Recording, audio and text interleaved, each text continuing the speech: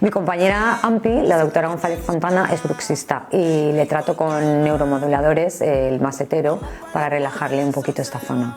Palma, yo sé que no te asusta, si llegué estaba sin nada. Un playlicito de Lana del Rey, estabas apretadita cuando entré. Así que mami, suéltate el pelo, porque tan fría el martini no lleva hielo. Siempre vuelvo contigo, por más que te veo, y terminamos desnudos frente al espejo, diciendo mami, suéltate el pelo.